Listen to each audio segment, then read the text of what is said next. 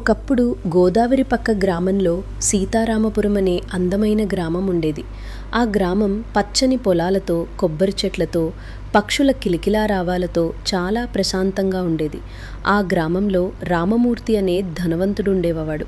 అతనికి పెద్ద బంగ్లా, కార్లు, బంగారం, వరిమిల్లులు, ఎన్నో ఎకరాల భూములుండేవి.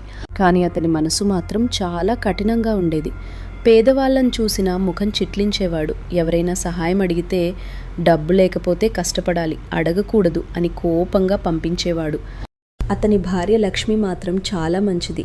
మన దగ్గర ఇంత ఉంది కదా, కొంచెం సహాయం చేస్తే ఏమవుతుంది అని అడిగేది. కానీ రామమూర్తి వినేవాడు కాదు. గ్రామంలోని చిన్న కుటుంబం. అదే గ్రామంలో రాజయ్య అనే ఒక వృద్ధుడు ఉండేవాడు. అతనికి ఒక చిన్న మనవడు చిన్ని చాలా తెలివైనవాడు, మంచివాడు, అందరికీ సహాయం చేసేవాడు. వాళ్ళు చాలా పేదవాళ్ళు, చిన్న గుడిసెలో ఉండేవారు. కానీ వాళ్ళ ఇంట్లో ప్రేమ మాత్రం చాలా ఎక్కువ. రాత్రి భోజనానికి ఒక్క గిన్నె అన్నం మాత్రమే ఉన్నా రాజయ్య చెప్పేవాడు, చిన్ని, ఆకలితో ఉన్న వాళ్లకు పంచితే ఆ అన్నం దేవుడి ప్రసాదం అవుతుంది బాబూ. చిన్ని ఆ మాటలు జాగ్రత్తగా గుర్తుపెట్టుకున్నాడు. రామమూర్తికి విక్రమ్ అనే కొడుకు ఉండేవాడు. విక్రమ్ నగరంలో చదివి గ్రామానికి వచ్చాడు. అతనికి డబ్బు అంటే చాలా ఇష్టం. నాన్న, మనం ఇంకా పెద్దవాళ్ళం కావాలి, ఈ గ్రామంలో ఉన్న భూములన్నీ కొనేద్దాం అన్నాడు. రామమూర్తి సంతోషంగా నవ్వాడు. అదే నా కొడుకు అన్నాడు.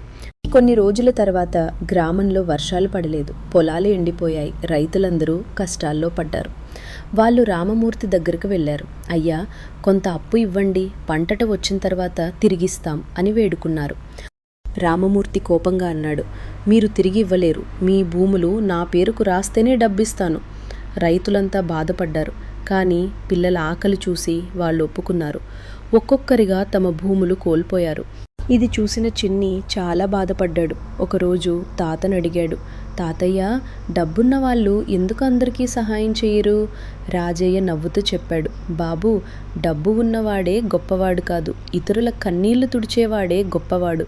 ఒక రాత్రి భారీ తుఫాను వచ్చింది. గాలి బలంగా వీచింది. వర్షం ఆగకుండా పడింది. గ్రామం మొత్తం నీటితో నిండిపోయింది. ఆ సమయంలో రామమూర్తి బంగ్లాలో షార్ట్ సర్క్యూట్ వల్ల మంటలు అంటుకున్నాయి. అందరూ భయంతో బయటకు పరుగులు తీశారు.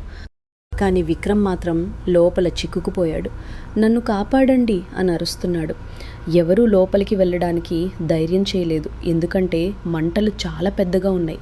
అప్పుడే చిన్ని అక్కడికి వచ్చాడు. విక్రమన్నయ్య లోపలున్నాడా అని అడిగాడు. అవును, కానీ ఇప్పుడు లోపలికి వెళ్తే ప్రాణం పోతుంది అన్నారు గ్రామస్తులు. చిన్ని ఒక్క క్షణం కూడా ఆలోచించలేదు. తడిగుడ్డ తీసుకుని ముఖానికి కట్టుకుని ఇంట్లోకి పరిగెత్తాడు.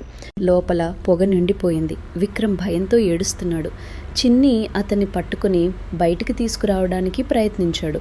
మధ్యలో ఒక పెద్ద కర్ర పడిపోయింది. చిన్నికి చేతికి గాయమైంది. అయినా అతను ఆగలేదు.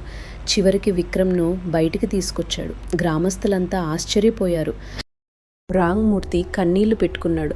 నా కొడుకుని కాపాడింది నేను ఎప్పుడూ చిన్నచూపు చూసిన పేద పిల్లాడా అని బాధపడ్డాడు. ఆ రోజు రామమూర్తి జీవితమే మారిపోయింది. అతను చిన్ని దగ్గరకు వెళ్ళి చేతులు జోడించాడు. నన్ను క్షమించు బాబు, నేను డబ్బే ప్రపంచమని అనుకున్నాను. కానీ నువ్వు నాకు నిజమైన సంపద ఏమిటో చూపించావు. చిన్ని నవ్వాడు.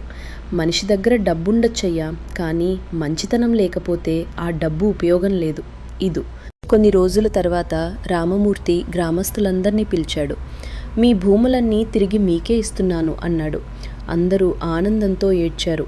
అతను గ్రామంలో ఉచిత పాఠశాల, చిన్న ఆసుపత్రి, అనాథ పిల్లల కోసం ఆశ్రమం కట్టించాడు. విక్రమ్ కూడా మారిపోయాడు. అతను పిల్లలకు ఉచితంగా చదువు చెప్పడం మొదలుపెట్టాడు. ఒకరోజు రాజయ్య అనారోగ్యంతో పడిపోయాడు. చిన్ని చాలా బాధపడ్డాడు. రాజయ్య మెల్లగా అన్నాడు, బాబు, నేను ఎక్కువ రోజులు ఉండను. కానీ ఒక విషయం గుర్తుపెట్టుకో, ఎప్పుడూ డబ్బు కోసం మనుషుల్ని బాధ పెట్టొద్దు. మంచి మనసు ఉన్నవాడే నిజమైన ధనవంతుడు అని చెప్పి కళ్ళు మూశాడు. చిన్ని గట్టిగా ఏడ్చాడు. గ్రామం మొత్తం రాజయ్యను గౌరవంగా వీడుకుంది. చిన్ని పెద్దయ్యాడు. గ్రామంలో అందరికీ సహాయం చేసే మంచి గురువయ్యాడు. పిల్లలందరికీ ఇలా చెప్పేవాడు, పిల్లలు, డబ్బు అవసరం, కానీ అది మనసు కంటే పెద్దది కాదు. డబ్బు పోతే తిరిగి సంపాదించవచ్చు, కానీ మనిషి విలువలు పోతే జీవితం ఖాళీ అయిపోతుంది. గ్రామం మొత్తం చిన్ని పేరు గౌరవంగా చెప్పుకునేది.